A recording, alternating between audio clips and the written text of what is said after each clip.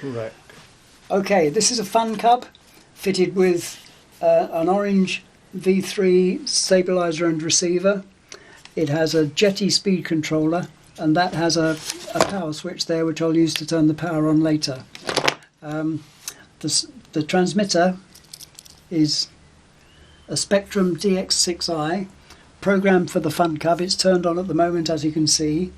I'm going to attempt to start up the system as it was at the field when it failed. The model had been flying okay, and then on the next flight it would not respond. Transmitter's turned on.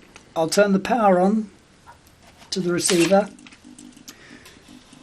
and on the receiver you can see that the red power light has turned on, and by now the orange light should have come on as well, and there should have been a beep from the speed controller to indicate that it had connected and was working. If I now try the controls on the transmitter, you'll see that nothing works. Ailerons are on this stick. I haven't put the wing on, but I've put two spare servos on, plugged into the aileron channel, and if I operate the aileron stick, nothing is moving, left or right.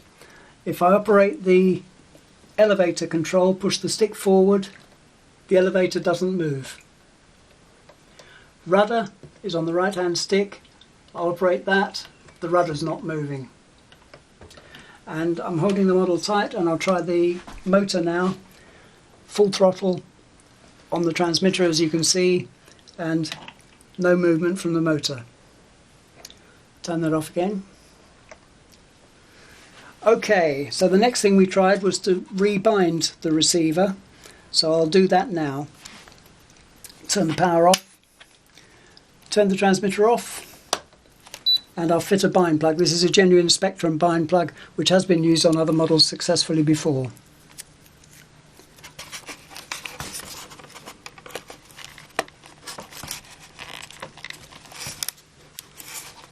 Bind plug's correctly and tightly fitted. Now I'll turn the power on to the receiver. We have a red light. We had one blink, or we have a slow blink in fact, from the orange light. No, that's stopped now. That should be blinking rapidly. And when we turn the receiver on with the trainer switch held, the blinking should slow down and stop, and the model will be bound. I'll do that now. I'm holding the trainer switch. I'll turn the transmitter on. Now if we come back to the receiver, you'll see that the orange light is still not on. There's no attempt at binding, and this is how it stays. So it's completely inoperative. Okay, in fact the orange light is glowing constantly, but it should actually be blinking. Okay, I'll turn the transmitter off and I'll turn the receiver off. I'll just confirm that it wasn't the bind plug. I'll try another bind plug. I have a spare one here. First one removed.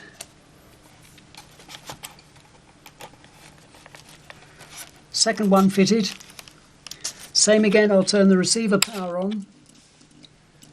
Couple of blinks from the orange light. Red light is on, but there's no rapid blinking. Now I'll turn the transmitter on with the trainer switch held.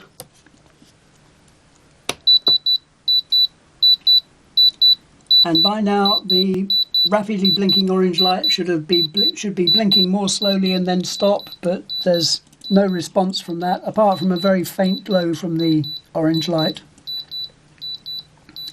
Okay, I'll turn off again. Remove the bind plug. Now I'm going to try a spare receiver. We have another one which we can try.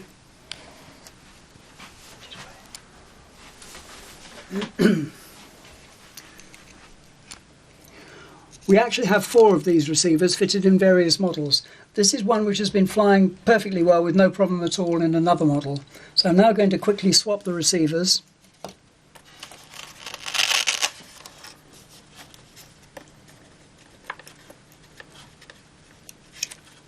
"41" removed.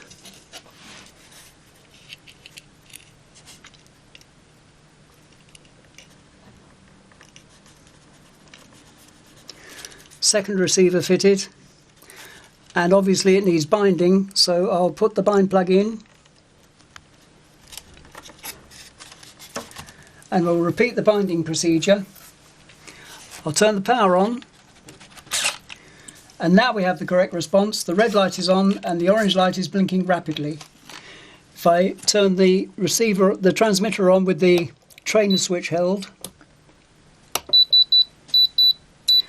the orange light on the receiver is now blinking more slowly.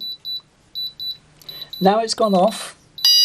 Now it's come back on and the speed controller has beeped to indicate that binding's been successful. I'll release the trainer switch. And we now have working ailerons. Those two spare servos are reacting to the aileron control. The elevator is operating, the rudder is operating, and the motor operates successfully. I'll turn the receiver off, turn the transmitter off. I hope this video is helpful.